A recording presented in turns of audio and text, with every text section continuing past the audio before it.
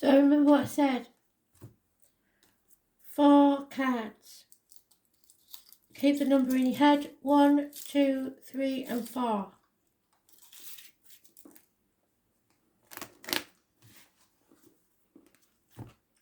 Time and space are different. For spirit, they can see your life from start to finish.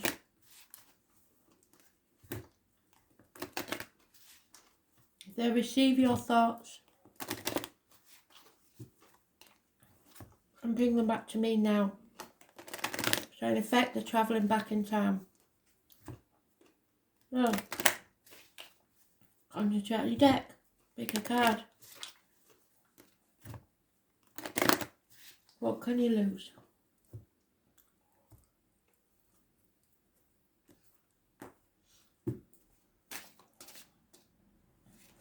One,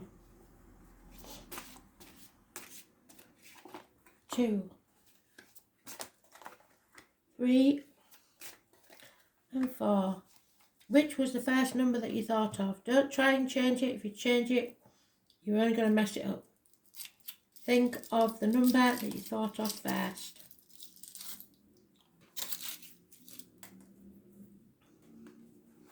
Card number 1. Undeniable chemistry in the situation.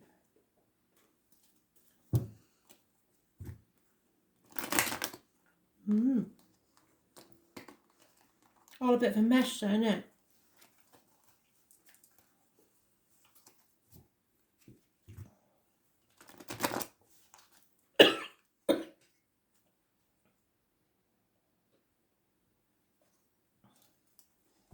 Bit of chocolate went down a long way there.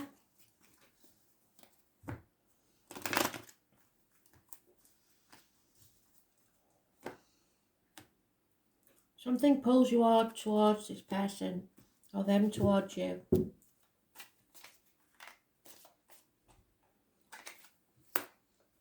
Yeah. Thought so. But there is a split here. A separation.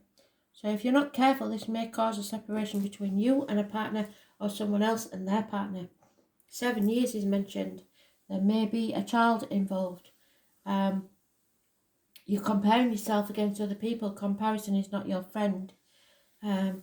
Someone does not put enough effort into a relationship and therefore it will perish. And it may be because of lack of chemistry. So,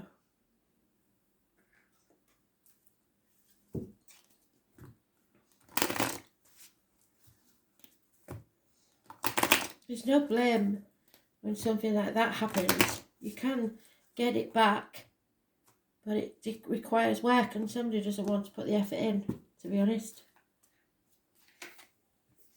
Yeah. What you have to do is make yourself happy and live in the now. The past is over. Don't look at the past. The future's not promised. Live for today as if you would not be here tomorrow. And then you find your happiness, your true happiness.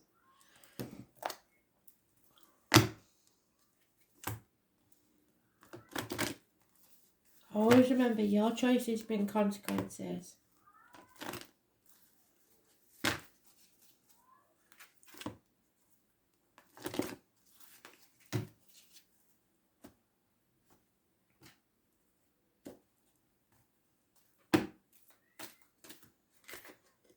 Yeah, the Lady of the Mirror. So don't expect people to be sexy for you if you don't try and be sexy for them. You have to treat someone how you want to be treated. It's as simple as that. Nobody made you God. Nobody has to dance around you. If you are happy with yourself, then people want to be around you. If you're a grumpy guts walking about in your pyjamas or your joggers, or your wire fronts even worse, then that's what you're going to get. The Lady of the Mirror is both ally and challenger, asking you to see yourself in the mirror. Do you like what you see? Would it make you feel attractive? Would it make you fancy yourself? If so, then there's nothing wrong with you, is there? This is someone else's problem. This isn't to say that you need to blame yourself for inviting transgressions into your life. You may be the victim of a big picture like war.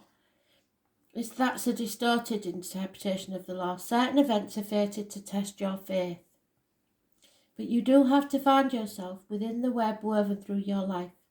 All your relationships, the opportunities you've had, the desires that you've had, and seeming failures and successes. Observe how you responded to life's challenges, great and small, and what this did for you. How did it work out? And be aware of what is familiar in the present. So if you do as you did, you'll get what you got. Was it successful before? Is it not working now? Do you have to change it? Release all judgment on yourself and others. Don't start saying it's their fault, because if it's a partnership, you're both at fault. And accept things exactly as they are with love. Don't blame anyone.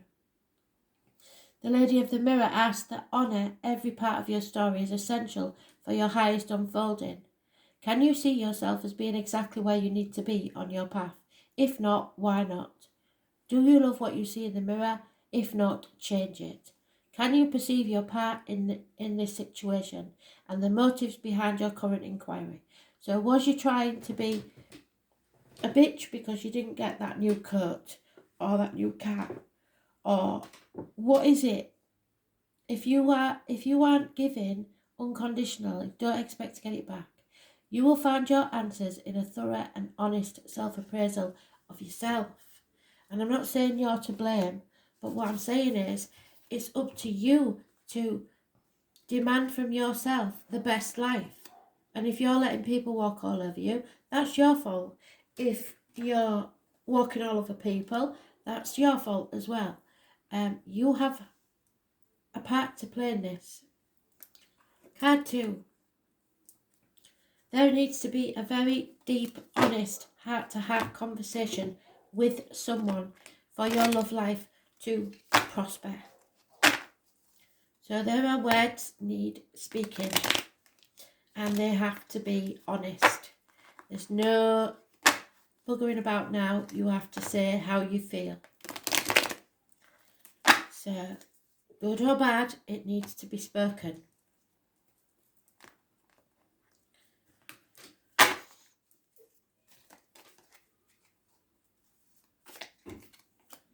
Yeah, and then there will be a union. Because someone's very over emotional at the minute because they don't think that they are loved. Or someone may have been hormonal, unfaithful. There's a water sign female that's very emotional at this time, and it's because someone isn't actually telling them how they feel. They're not being honest with them, and it is about a union. So honesty is the best policy. You cannot lose what is yours. Even if there is which I don't think there is going to be, even if there was a separation in a relationship because something went wrong, that doesn't mean that in 5 years down the line you do not bump into each other again and take up where you left off. That just means that at that time you were not ready or on the same level as each other. But there is some sort of union here that needs honesty in it because someone is getting very emotional and doesn't understand what's happening. Probably a water sign female. Someone is tired of trying to be a mind reader, really. The number 24 is massively important. So you need to help them and be honest and speak your mind. Tell them, if you love them, tell them now because you may lose them or risk losing them if you don't. There has been some deceit here, I know there has, because the fox is in the hen house. The fox is the animal totem. Somebody's been, at the very least, manipulative, and now it's time to take a time out and just have a nap. Maybe a week apart from each other or something like that. I don't see a split. I do see that there's been some underhand dealings or secrets possibly Might not be big ones, but people aren't big on secrets and lies. So no matter how big they are or little they are. Yeah. So the number 26 may be important. What have we got there? 24. Yeah. So between the 24th and the 26th this month may be important, but the numbers could be important for any other reason.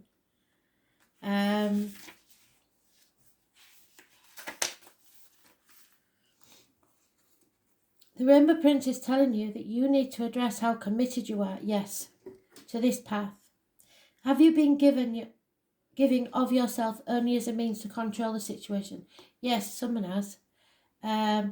His gentle advice is to practice giving fully of yourself. That means being honest and having that conversation. Devote all your attention when you're with someone and be completely present in all areas of your life. That means turning your mobile off. That means turning your tablet off. That means turning your computer off. Even turning the telly off and just having time together. When you do so, you will receive more than you're trying to get by being the way you are now, manipulative, or someone is. The other warning is that you may be giving too much and not allowing yourself to be compensated. This may keep you in a victim mode, always looking for what's unfair. Perhaps it's time to stop giving so much and instead be willing to receive. It may not be comfortable, but you deserve it, so why not allow it? Let yourself be vulnerable, and therein lies the strength. So say what you want, put your cards on the table, then walk away. And if they follow, good. But I think they will. But you have to be prepared to walk away and say, look, this is how I feel, this is what I want. I don't want us to break up, but if that's what's necessary, I will, because I'm not happy. And tell them why you're not happy. And then walk away. Say, ring me when you're ready to talk. Always leave the door open, but don't put up with being treated badly.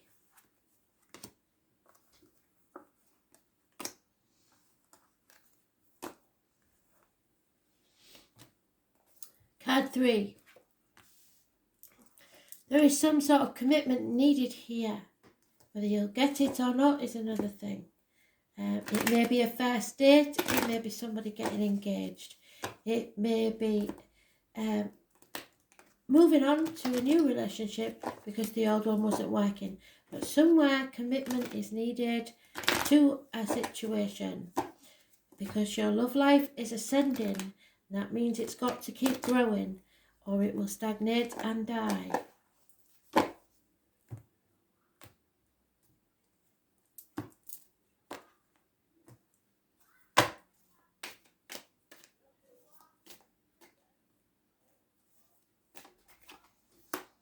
Yeah, because there's some sort of lack of reciprocity here.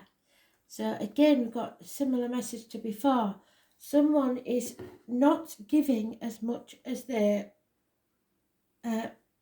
receive. So it's an imbalance in a relationship. Perhaps one earns more money than the other, and it seems unfair at sometimes. Somebody needs to take a day off, to call a truce, to stop this these bickerings and fighting. They just want time off to relax. But someone seems to be more impressed with the money. The quality of life is more important than the money. There may also be the anniversary of a passing that is affecting this situation. But peace and tranquility is needed, and they don't need badgering.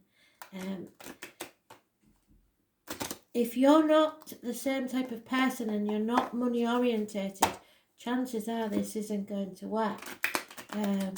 A commitment is needed to this situation, but you have to have that commitment within you to someone. If you're not, then I wonder why you're in this situation. There it is again. I made a separate little tiny video about this card. It's very important that you are whole as a person, that you are compassionate to others, or you will not receive the abundance that you deserve in your life. So first think of others before yourself. You can't expect others to just be there to do for you with receiving nothing in return. That's not the way it works. The more you give, the more you receive. Abundance is there for your asking, but you are going to have to, or someone is going to have to return the effort. It's got to be a two-way street. And number 51 is important. So look at that little video because it is important. Yeah, this is what I'm saying, right? If you want, because there is a possibility here of commitment, but if you go around in your shredders, sorry, that's an old word. If you go around in your underpants all day, watching football and playing on your video games, that's not going to get you the sex bomb, gorgeous, caring girl that cooks for you and cleans for you and everything. It may for a little while, but she's going to get tired, trust me. If, however, you put in effort and look after yourself, you shower every day, you take pride in yourself, you are going to attract more people that way. It's just the way it is. You have to be what you expect to receive. You can't just sit there and say, I'm going to be me and people have to love me as I am if you have no love for yourself. It's as simple as that. If you love yourself, and I don't mean egotistically way, but taking care of yourself, being healthy and happy, that is what you'll get. A healthy and happy person. Your choice. So, but I will read you it because I may have missed something there. But you get the gist. So, the Lady of the Mirror is both ally and challenger. She asks you to see yourself in a mirror and at the events of your life. Do you look back and think, oh my God, or do you look back and think, I've done well there? She represents the powerful force of attraction. What you are is what you attract. This isn't to say that you can blame yourself for being in the middle of a war or something like that, because certain events are fated. Rather, you find yourself within the web woven through your life, your relationships, your opportunities that you had, the desires that you had, the seeming failures and the successes. All your choices had consequences. How have you responded to your life's challenges, great and small? Did it work? Or do you need to change the way that you respond to things?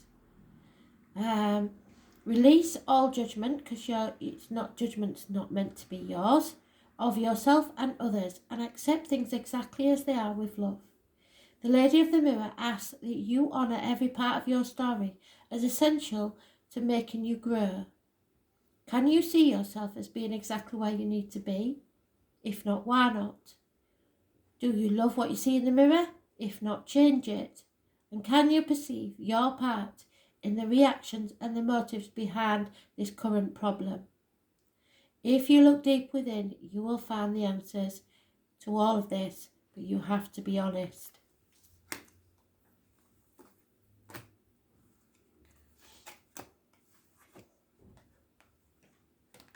And finally, finances and career are causing problems within your love life.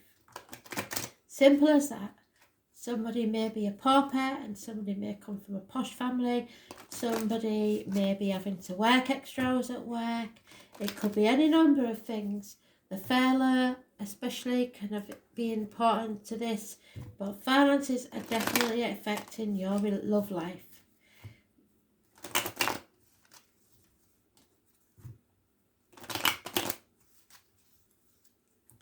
Somebody may refuse to go out with you because they don't feel like they're good enough because you've got more money than them. And it does happen. Not everybody's out for money grabbers. So, yeah, it is affecting your happiness because this could be bliss. So you have to, I don't care what the problem is with finances, right? I don't give a shit what it is. I don't care whether you think, I can't go out with him because he ain't got a job. I don't care whether, if the love is there, you actually saying yes to that date with the kid that's got nothing, who can only treat you to McDonald's, may give him the confidence to think she deserves better, and or vice versa. I'm going to work my ass off so that she has what she deserves. I'm telling you that your love life should not be ruled by the finances, because this is bliss. This is happiness. This is freedom. This is feeling the fear and doing it anyway. This is being prepared to walk away with nothing but the shirt on your back towards your happiness, regardless of whether the finances is there. Because like this Whittington, there will be people in behind you saying she won't go out with you. You'll never make her go this. You can't afford to leave there. You can't do this. And laugh about you behind your back. But you're trotting off towards your dream, just like Dick did, thinking that the streets of London were paved with gold. And yes, you may be disappointed along the way, because he was. There was no streets paved with gold. But he persevered with his dream. And he became Lord and Mayor of London, and he married and lived happily ever after. This is taking the risk. Those born on the 22nd living or past date for your diary and address, massively important in a positive way. Take the risk. Live your life. Don't stagnate. Yeah. You may feel abandoned. You may feel like you cannot move or do anything because of these finances. But Spirit is telling you, regardless of the finances, you have to move. You have to make that decision and go for your dreams. You're not alone, and you never was. But it may be that you don't want to give up something that's financially profitable to pursue your dream. And that's like taking on the job in Asda that pays really well when you really want to be a potter. But you know that being a potter is not going to bring you the money, and you might have to live on jam butters, and you don't really fancy that. So you'll work all your life in Asda, and you'll never see the dream of the potters. It would crucify a potter to work in Asda. So, what is your dream? Because this is the prison wave. You're a prisoner of worry, distrust, cynicism, and fear. There is not going to be enough, you keep telling yourself. Or do you see only lack and poverty wherever you look? Perhaps you're expectant of negative results, and the repercussions serve to keep you imprisoned. Do you feel that you're not allowed success in your life? When the prison wave comes as your challenger, he warns you that you're now seeing in your life the results of your negative thoughts and expectations. If you don't like what you see, it's time to transform the way you see it. If you aren't happy with your life, change your thoughts. That alone has the power to change your life. Difficulties are learning curves right now. Just remember that this prison won't hold you back for long. Take the time to learn about mistakes. The lessons ensure a later and greater success. So plan for a better future. You can still work at Asda, but you take that pottery course on a night and you start your online shop or whatever it is. But it's time to make that leap, or you are never going to realise your dreams.